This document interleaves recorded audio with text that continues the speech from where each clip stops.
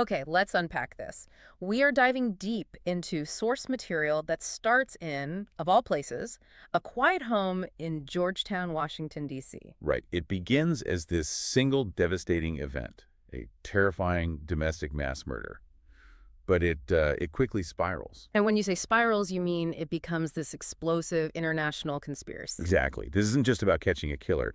The real mission here is to trace the, frankly, unbelievable connection between that horror in Georgetown and the violent, complex politics of West Africa. And it brings in everyone. We're talking mercenaries, CIA operatives, global corporate interests, the whole nine yards. Our whole deep dive today is about tracing that journey. We're trying to figure out how a horrific crime, which at first just looked like senseless random violence, was actually something else entirely. The calculated execution. A calculated execution tied to massive geopolitical stakes. And the starting point, as you said, is the Georgetown home of the Cox family, 5 victims. Five. The father, Reeve, the mother, Eleanor, and their son, James.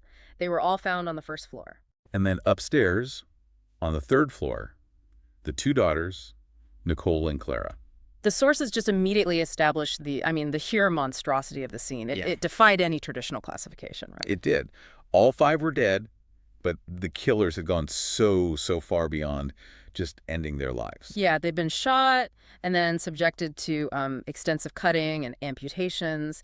And then, and this is the part that is so chilling, their bodies were reportedly piled into these groupings. That detail right there, the deliberate stacking of bodies, that suggests a kind of calculation that is, far beyond some random frenzy. So what's immediately crucial for you, the listener, to understand are the specific medical details that just defied every expectation. The victims died in very different ways.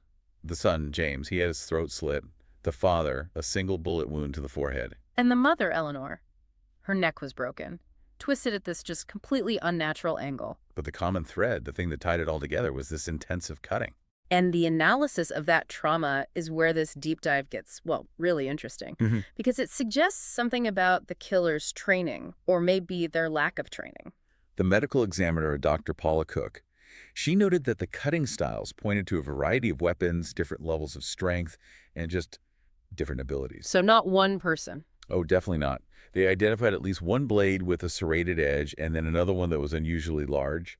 The report speculates possibly a machete. A machete in a Georgetown home. Yeah. And here is the truly shocking behavioral insight from all of this.